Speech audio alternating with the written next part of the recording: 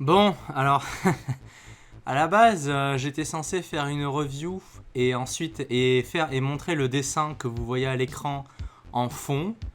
Mais là, je suis vraiment trop blasé. En fait, je viens de me rendre compte au moment, une fois que j'ai fini d'enregistrer la review, je voulais faire le montage à mettre la voix par-dessus le dessin. Et ben, je viens de voir qu'en fait, j'ai supprimé et j'ai perdu la vidéo du dessin justement. Je l'avais supprimé sans faire exprès et en fait hier je me suis rappelé qu'en plus j'avais vidé la corbeille parce que j'avais plus de place sur mon disque dur et du coup j'ai définitivement supprimé la vidéo de dessin. Du coup ça veut dire que que je l'avais enregistré pour rien quoi. Bon bah tant pis. Donc franchement je suis vraiment blasé donc ce que je vais faire c'est que je vous propose cette vidéo alors en podcast mais pas dans le sens podcast humoristique. C'est-à-dire que je vais juste laisser une image en fond, le dessin en fond, et c'est juste que vous pouvez partir faire autre chose et juste écouter la vidéo. Alors c'est pas le tip top, mais c'est juste là genre je suis vraiment trop blasé de ma connerie quoi. Enfin bon voilà. Allez, bonne vidéo. Bonsoir, c'est ZFX. On se retrouve aujourd'hui Pour la review, j'arrête avec cette voix débile. Pour la review de l'épisode 4 de Tower of God. Alors, bon, j'ai pris un peu plus de temps que prévu parce que je me suis dit plutôt que de faire une review à chaud, je vais attendre et regarder un petit peu plutôt les réactions des autres personnes qui n'ont pas lu le webtoon pour pouvoir, voir un petit peu ce que pensent les gens avant de faire mon propre trotte et éventuellement de revoir l'épisode plusieurs fois pour voir si j'ai pas raté des trucs intéressants à dire. Bon, alors, dans la globalité, dans les réactions des gens qui n'ont pas lu le webtoon, j'ai été vraiment content de voir que les gens étaient très contents. Et dans la plupart des réactions que j'ai vues, c'est que les gens aiment de plus en plus. Donc les gens ont aimé le premier mais étaient quand même un peu perdus. Le deuxième, ils ont un peu plus apprécié parce que c'était un peu plus posé. Le troisième, ils ont un petit peu plus apprécié. Et le quatrième, qui est celui-là, ils ont encore plus apprécié parce qu'en plus là on commence à avoir un peu plus d'action et tout ça. Tout en continuant à montrer un petit peu les mystères et tout. Et je vois vraiment des gens qui au début étaient juste amusés. Et j'ai vraiment commencé à voir des gens qui commençaient vraiment à s'investir émotionnellement dedans. Bon, alors c'est que le début, c'est que l'épisode 4. Mais ça me fait vraiment plaisir et chaud au cœur de voir ça, quoi. Je voyais vraiment des gens qui disaient qu'ils s'attendaient pas à ce que ça soit un truc où ils s'accrochaient autant, quoi. Et encore, bon voilà, c'est que le quatrième. Peut-être qu'aussi il y en a quelques-uns qui disaient ça sous le coup de l'émotion, mais bon voilà. Je suis plutôt satisfait. Alors, en ce qui concerne la réalisation, j'ai été ultra content de cet épisode. Alors, il y a quelques trucs que je vais dire que j'avais déjà dit à la fin de ma live réaction, mais comme je sais qu'il y a des personnes qui regardent juste les reviews et pas les live réactions, c'est pour ça que certains trucs que je vais les redire. Donc, au niveau de la sonorité, la musique et le son, j'ai préféré même cet épisode aux autres épisodes parce que par exemple à l'épisode 3 les musiques et tout c'était très bien mais il y avait quelques moments de transition sonore qui étaient un peu chelous, je trouvais qu'il y avait des trucs qui s'enchaînaient bizarrement. Enfin c'était pas mauvais mais il y avait des moments où ça s'enchaînait bizarrement et là j'ai pas eu du tout cette sensation là, c'était vraiment nickel. Après, au niveau des visuels, c'était très bien. On a eu droit à tellement de têtes humoristiques, surtout de genre de Chibisu et tout. Voilà, les effets spéciaux, bon, c'était pas non plus développé de malade comme on peut voir dans d'autres animés, mais c'est quand même quelque chose qui allait bien avec l'univers visuel qu'on a eu jusqu'à présent. Donc voilà, ça restait dans le thème, quoi. Et et puis l'animation aussi, pareil, elle était très bien. Alors j'avais entendu que comme quoi c'était une personne qui s'était occupée de tout l'épisode. Alors il a pas tout dessiné, j'imagine. C'est plus dans le sens où il est responsable, mais du coup comme ça, c'est peut-être pour ça que l'épisode avait l'air un peu mieux parce que si c'est une personne qui est responsable de tout, qui manage tout, on a beaucoup plus de chances que ça soit harmonieux, quoi. Ensuite, des petites comparaisons. Alors, si vous regardez cette vidéo, j'imagine que vous avez vu l'épisode 4 de l'anime, on est d'accord, hein. Et en considérant qu'il n'y a pas de spoil, hein, je parle que de l'épisode. Et voilà, je considère que vous n'avez pas vu le webtoon, quoi.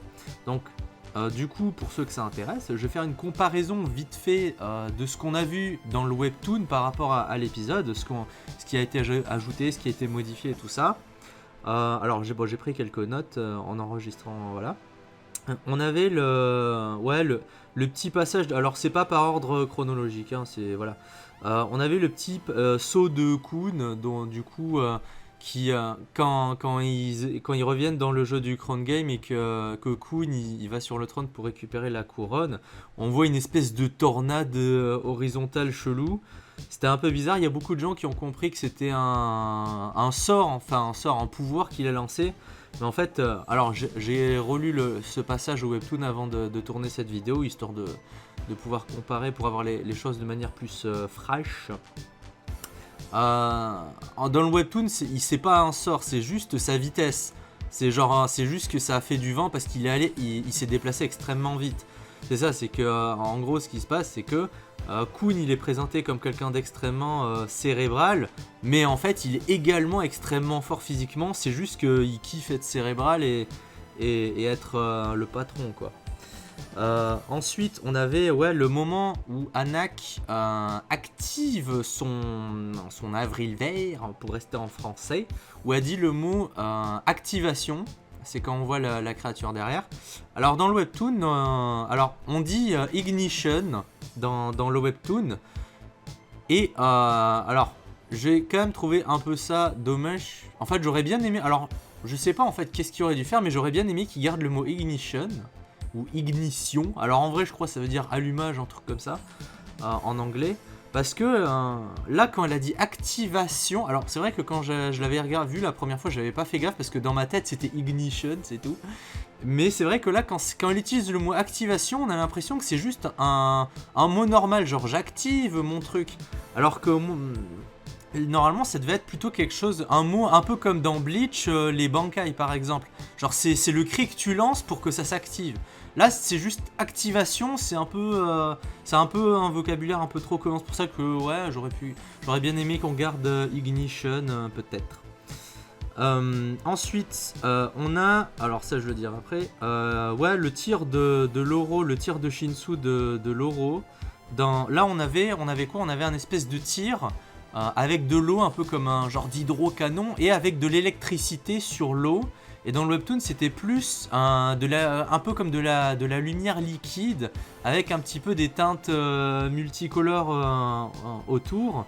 Et alors là c'est juste pour comparer, mais je dis pas que l'un est mieux que l'autre. C'était juste pour dire que dans le webtoon, voilà, c'était plus de la lumière liquide. Après, j'imagine que la lumière liquide, ça avait l'air plus simple à dessiner que vraiment l'eau, quoi. Même moi, alors après, je me suis jamais vraiment entraîné, mais même moi, l'eau, je déteste dessiner de l'eau. Voilà, ensuite on a le petit alors je sais pas pourquoi je l'ai noté, ça m'avait fait rire, le petit flashback où on voit Bam qui parle avec Kun, pas avec Kun, avec Rachel, où elle lui explique qu'il ne faut jamais trahir des filles. En fait, on le voit pas dans l'animé, mais dans le webtoon, alors c'est pas important, hein, mais bon voilà, en fait on voit qu'elle tient un livre qui s'intitule Comment devenir un gars cool pour Bam. Donc voilà, ça m'avait fait rire quand je l'avais revu dans le webtoon, j'avais complètement oublié ce genre de petits trucs. Du coup voilà, c'était rigolo, quoi. Ensuite, on a la fin avec la personne encapuchonnée qui demande si on peut tuer tout le monde. Et que Rachel dit oui, pas de problème, on peut tuer tout le monde. Enfin, elle le dit pas comme ça, mais bon voilà. Ce truc-là est pas dans le webtoon. En fait, dans le webtoon, elle dit juste bon, ben on va y aller. Là, ils l'ont rajouté. Peut-être que c'était pour faire à mon avis, ils l'ont rajouté pour faire un effet de cliffhanger, en fait, tout simplement. Parce que là, ils allaient couper. S'ils avaient coupé sans ça, peut-être que ça. Ouais, non, je pense que c'est ça. C'était surtout pour rajouter l'effet cliffhanger.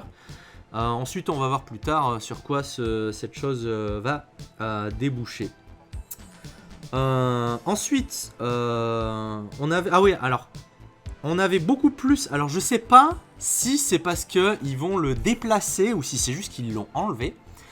On avait beaucoup plus de combats avec Kun et Rak avant qu'on voit la deuxième couronne tout à la fin. Alors, je sais pas, du coup, je vais pas trop en dire non plus. au cas où finalement ces combats soient reportés au chapitre, à l'épisode suivant.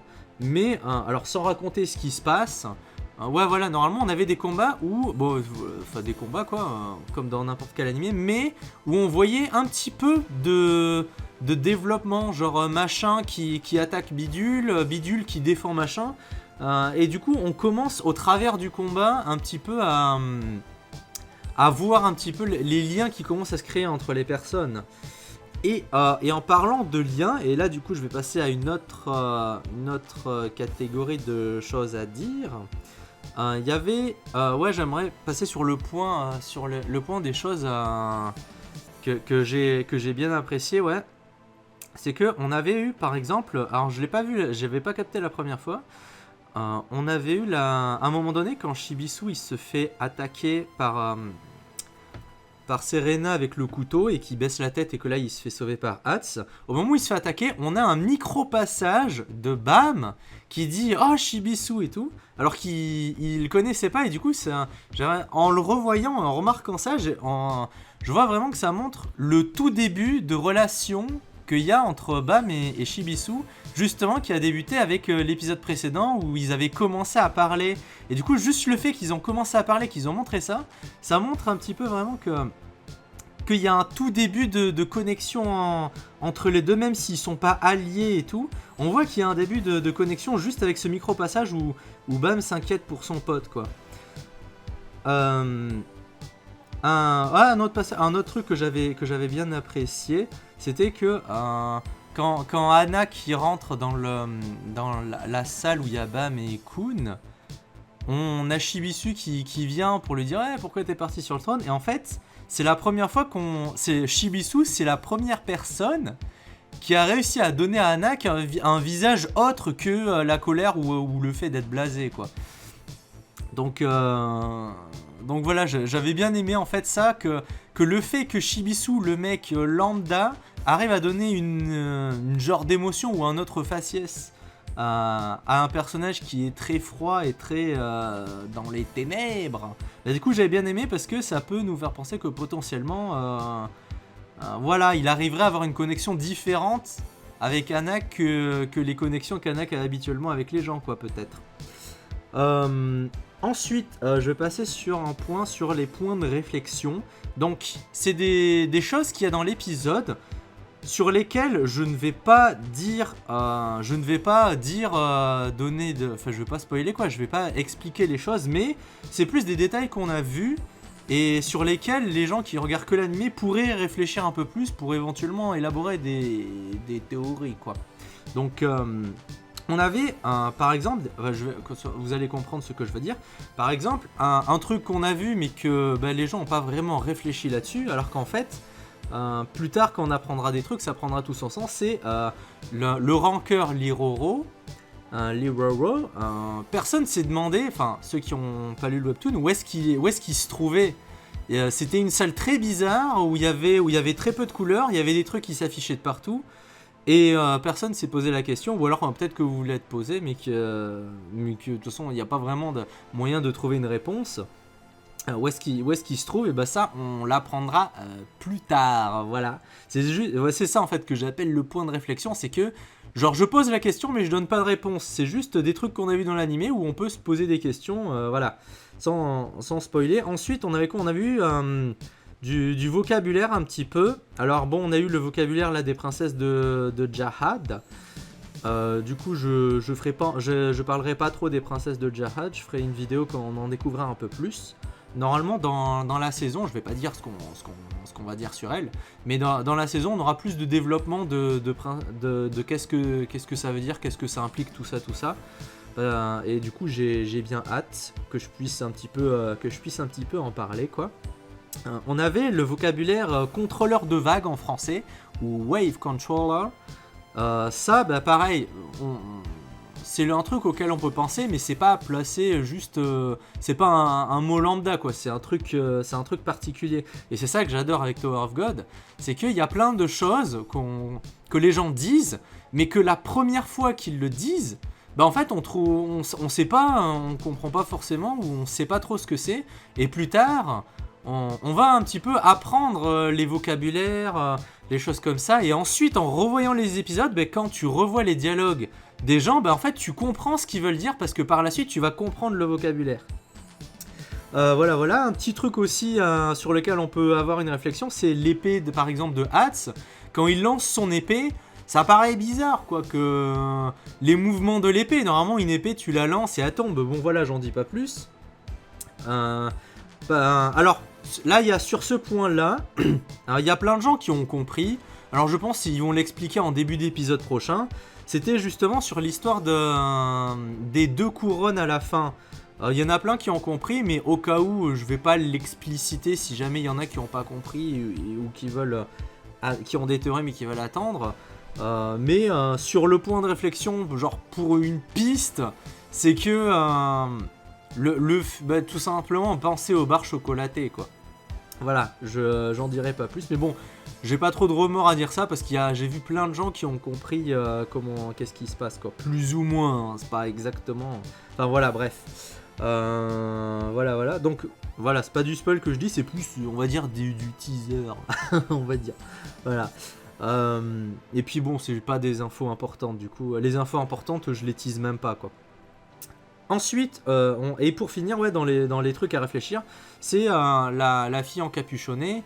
Elle a appelé Anak, elle a dit que c'était, elle a utilisé le mot imposteur. Bon voilà, quoi, vous pouvez réfléchir sur ce mot-là. Et j'en dirai pas plus pareil. Mais sachez que voilà, de toute façon je me répète à force. Ensuite je vais passer au moment, non ça je l'ai déjà je l'ai déjà dit, parce que je lis mes notes en même temps de parler là.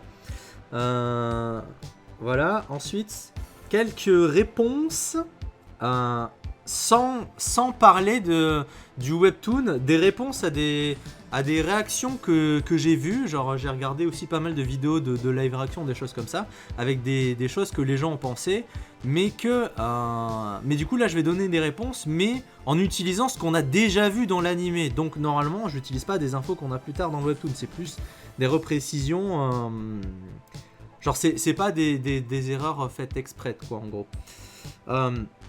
Alors on a alors ça c'est surtout par rapport à la trad. C'est qu'on a l'Eroro qui dit qu'il est déçu d'Anak. Du coup les gens se sont dit ah mais en fait elle est censée être encore plus puissante. Mais on comprend mieux en fait dans la version anglaise, il n'est pas déçu de la puissance d'Anak. Il est déçu que Anak se mette tout d'un coup à s'énerver et en fait ne se batte pas en essayant de réfléchir ou des choses comme ça, mais se batte entièrement avec ses émotions. C'est-à-dire il y a quelqu'un qui l'énerve, hop, elle lâche toute la puissance et en fait elle vit avec ses émotions et pas avec sa raison, quoi. C'est plus dans ce sens-là qu'il disait qu'il est déçu. Après il y a un autre truc, alors là c'est une réponse, mais c'est pas du tout une révélation ou des trucs comme ça, c'est juste que c'est une réponse pour ceux que ça intéresse, et qu'il y a beaucoup de gens qui se disaient il y a 13 armes, alors je sais plus ce que c'est comment il l'avait appelé en français, les 13 Months Series. Ça veut pas dire, s'il y a 13 armes, ça veut pas dire, alors c'est pas un spoil, c'est juste une info comme ça, genre il y a aucun moment où c'est vraiment révélé ou des choses comme ça, quoi. Ça veut pas dire qu'il y a 13 princesses, voilà. Je vais pas en dire plus, quoi. Je pense pas que ça soit considéré comme un spoil, parce que comme je disais, il n'y a pas vraiment de moment où c'est dit, où ça aura un impact, le fait de le savoir ou de ne pas le savoir, quoi. C'est juste, faut pas se concentrer sur le... En fait c'est plus dans le sens, c'est pas la peine de se concentrer sur essayer de deviner qui vont être les 13 princesses, quoi. Alors après vous pouvez le faire, mais bon voilà. Ensuite, non, c'est tout ce que j'avais à dire par rapport à ça. Alors il y a sûrement d'autres trucs que j'avais vus, mais dont j'ai sûrement oublié, mais bon tant pis, quoi, c'est pas grave. Ensuite, les théories que j'avais vues qui étaient intéressantes, des gens qui avaient fait des live réactions. Donc c'est juste, je dis en gros les théories vite fait que j'avais vues des gens, mais je ne dis pas et je donne pas d'indice sur est-ce que c'est vrai ou pas. Voilà, c'est plus pour vous donner une perspective de gens qui n'ont pas vu le webtoon. Donc j'avais noté 3 trucs vite fait. En gros, la première théorie, c'était par rapport à la fin. Il y a beaucoup de gens du coup qui théorisaient. Donc pareil, je répète, je donnerai pas la réponse. La réponse où je donnerai pas d'indice et je teaserai pas, quoi. Donc le premier truc, c'était que c'était pas Rachel qu'on voyait à la fin. et que c'était pour ça qu'elle disait ouais c'est bon, vous pouvez tous les tuer, parce qu'en fait c'était pas Rachel, et que c'était peut-être une copie, ou alors que quelqu'un aurait pris son apparence et volé ses souvenirs, ou un truc comme ça quoi. Et donc voilà que s'expliquait la chose. Ensuite, on avait le fait que Rachel a un côté sombre, et que Bam ne découvrirait ce côté sombre que à partir de, enfin que en montant la tour, et que du coup elle deviendrait une méchante ou des choses comme ça. Donc théorie intéressante également. Pareil que la première, je répondrai pas si c'est vrai ou pas, je donnerai pas d'informations. Ensuite, on avait ouais, alors, il y avait le moment où Ban avait le flashback avec Rachel, où il disait que...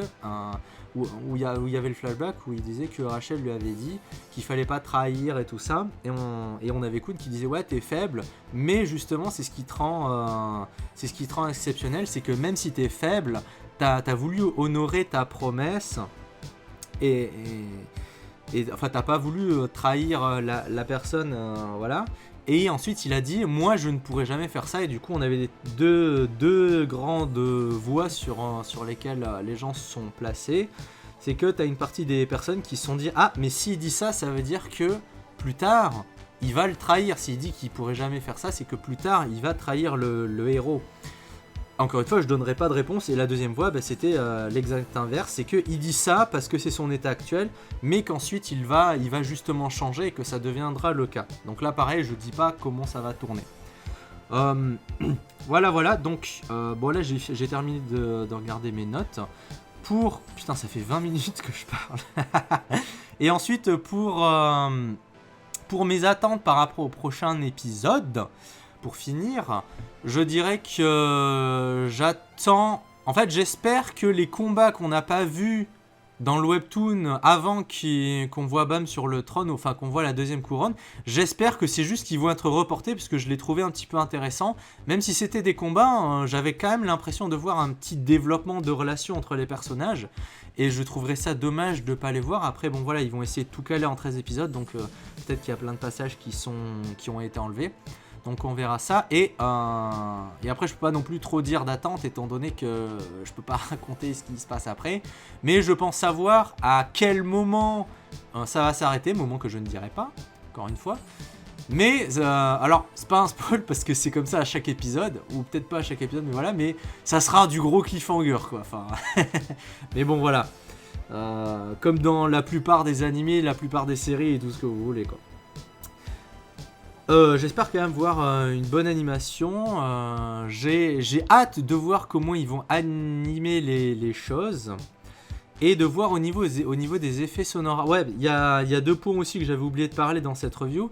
C'était que ouais, au niveau du son, en fait, je m'attendais à avoir des effets sonores particuliers. Je pense que Tower of God en manque. Je parle pas des musiques, mais des effets sonores. C'est que par exemple... pour ceux qui ont regardé un petit peu l'anime Bleach, quand t'as les Shinigami qui se déplacent avec le Shunpo, ou les Holo ou les Arrancars qui se déplacent avec le Sonido, il y a un son particulier, un genre de bout, ou bon du coup je sais pas le faire quoi, mais il y a un son particulier. Et du coup je m'attendais à ce qu'il y ait des sons particuliers dans Tower of God, je sais pas, quand Anak elle balance son ignition ou son activation, je m'attendais à avoir un petit effet sonore. Là on avait plus l'impression que c'était un peu plus anodin. Enfin du coup c'était mon impression. Ou par exemple quand Kun s'est déplacé, après c'est peut-être parce que pour aller avec les effets visuels, bon on avait le son d'une tornade, mais j'aurais vraiment plus imaginé un genre de déplacement rapide avec un son à la Bleach quoi, avec un Sonido ou un truc comme ça quoi. Enfin pas exactement le même, mais un truc particulier qui fait qu'on reconnaît un petit peu... qu'on reconnaîtrait Tower of God à l'avenir via les sons quoi. Et aussi ouais, le petit détail aussi, c'est que les personnages lambda ne sont pas les mêmes dans l'anime, dans le webtoon. Certains ont changé. Alors bon voilà, c'est vraiment les personnages lambda, mais si vous avez vu, il y a le personnage qui ressemble à Zoro qu'on avait vu très rapidement dans l'épisode précédent, et là qu'on a vu un peu plus. Alors on a vu que dalle de lui, il s'est fait balayer en 2 secondes. Et lui par exemple, il est pas du tout dans le webtoon. Et il a été implémenté après quoi. En plus on a vu un petit dessin sur Twitter aujourd'hui, je crois, où il y avait le mec en noir qui a un corps caoutchouteux, Il y avait le mec avec une épée qui avait une tenue particulière, et ensuite il y avait le mec qui ressemble à Zero. Ils les avaient mis les trois, et genre il avait donné le chapeau de paille. Il avait donné le chapeau de paille. Vous savez même pas de qui je parle. Je parle du Chara designer officiel. Alors ils sont deux, hein. Mais d'un des deux Chara designers officiels, en gros, il avait clairement fait la référence à One Piece. Parce que justement, dans le webtoon, il y a énormément de références à d'autres univers.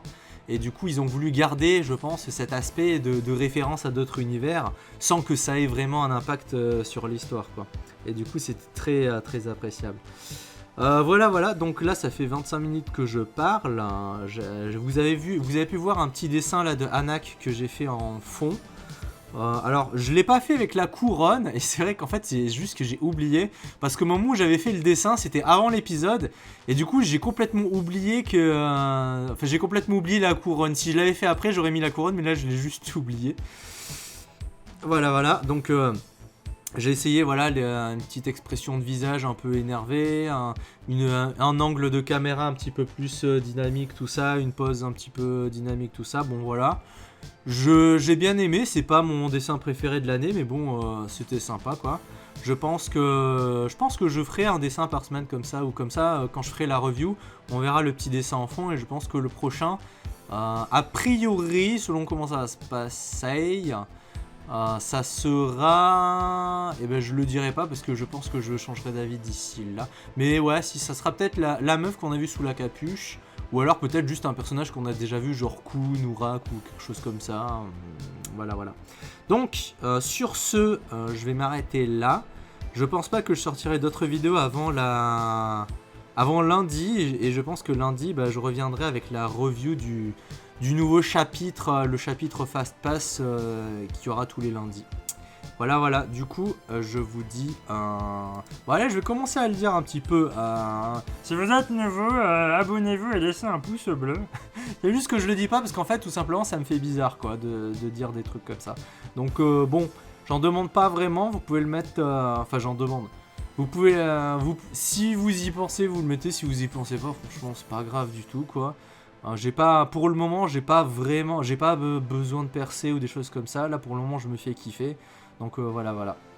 Allez, à lundi prochain pour les gens qui lisent les Fast Pass, ou les gens qui auraient envie de lire les Fast Pass, justement en voyant mes reviews de Fast Pass. Et à mercredi prochain pour la prochaine live réaction. Voilà. Vous, pour le visuel du dessin, je mettrai un lien en description pour voir à quoi ça ressemble. Enfin, pour que vous ayez le dessin Alors, il est en 1080p, le dessin en vrai, il est en 2000 et quelques. Mais le dessin en public, il est en 1080p. Le 2000, la version très grande, elle sera pour mes patrons. Voilà. Mais j'en parle pas trop dans cette vidéo, parce que c'est plus pour ma commu internationale qui me suit. Et puis j'en parlerai plus profondément un jour, parce que pour le moment, c'est pas extrêmement construit. Voilà. Salut!